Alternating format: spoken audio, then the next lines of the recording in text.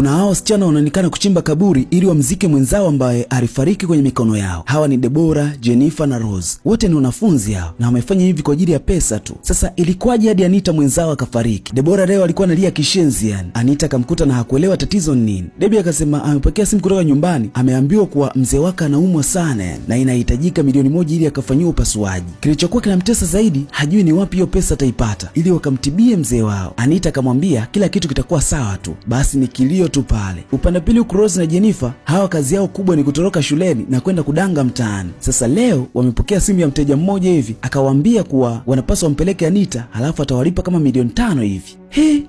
Kilikuwa ni kiwango kikubwa sana cha pesa hiki. Sasa kipengele ni kwamba Anita hawezi kutoroka shuleni kabisa. Sasa watafanyaje na hela wanazitaka? Rose akashangaa kinoma yani. Kwa hiyo tunapewa milioni 5 kwa kumpeleka Anita tu. Anamtaka wa nini sasa? Mimi sijui na sijali hilo. Ninachotaka ni hizi pesa tu. Huyu mtu anatulipa vizuri sana. Jennifer anawaza pesa tu hapa. Haelewi ni nini ambacho kinaweza kwenda kutokea huko mbele. Sasa Rose na Jennifer wakaja kumshawishi Anita hapa ili watoke naye. Wakamwambia kuwa wanaandaa pati ya wanafunzi na itafanyika nje ya chuo. Jennifer akasema naona natakiwa kuwepo. Anita kasema hawezi kutoka hapa shuleni. Jennifer kasema hata uongozi wa shule unajua kuhusu hii party.